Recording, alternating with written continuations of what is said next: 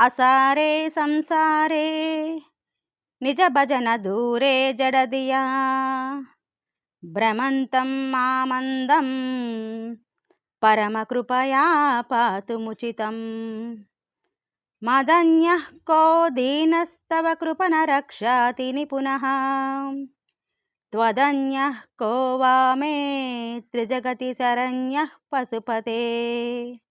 తాత్పర్యము: ఓ పశుపతి, నేను సారములేని ఈ ప్రపంచంలో నిన్ను సేవించకుండానే అజ్ఞానంతో తిరుగుతూ ఉన్నాను. ఓ మహాదేవ, నువ్వు రక్షించడానికి నాకంటే దీనుడు మరొకడు దొరకడు.